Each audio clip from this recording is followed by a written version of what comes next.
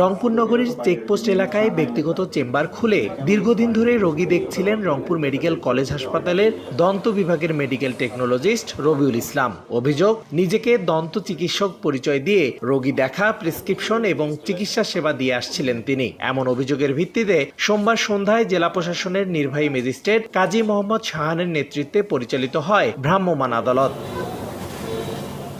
অভিযান চলাকালে রোগী দেখা ও প্রেসক্রিপশন দেওয়ার প্রমাণ পাওয়ার পাশাপাশি চেম্বার থেকে মেয়াদোত্তীর্ণ ওষুধও জব্দ করা হয়। পরে ভোক্তা অধিকার সংরক্ষণ আইনে তাকে 50,000 টাকা জরিমানা করা হয় এবং চেম্বারের কার্যক্রম বন্ধ করে দেওয়া হয়। ভবিষ্যতে এ ধরনের কার্যক্রম পরিচালনা থেকে বিরত থাকতে এ মর্মে লিখিত অঙ্গীকারনামাও নেওয়া হয়। এটা বলেন তো কি করতে পারে, টেকনোলজিস্টরা কি করতে পারে বলেন আমাকে। ধরে নাও, হ্যাঁ স্যারকে কাগজ দিচ্ছি তো আপনি বলেন না টেকনোলজিস্টরা কি কাজ করে একটু বলেন।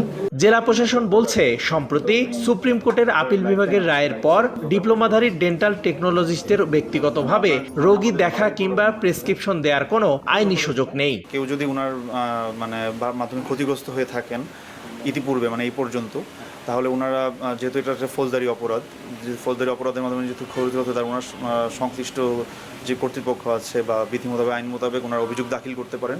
সেই অনুযায়ী যে আদালত আছেন, বিজ্ঞ আদালত ব্যবস্থা গ্রহণ করবে। জেলা প্রশাসন জানিয়েছে, এ ধরনের অবৈধ চিকিৎসা সেবা ও ভুয়া পরিচয়ে রোগী দেখার বিরুদ্ধে অভিযান অব্যাহত থাকবে।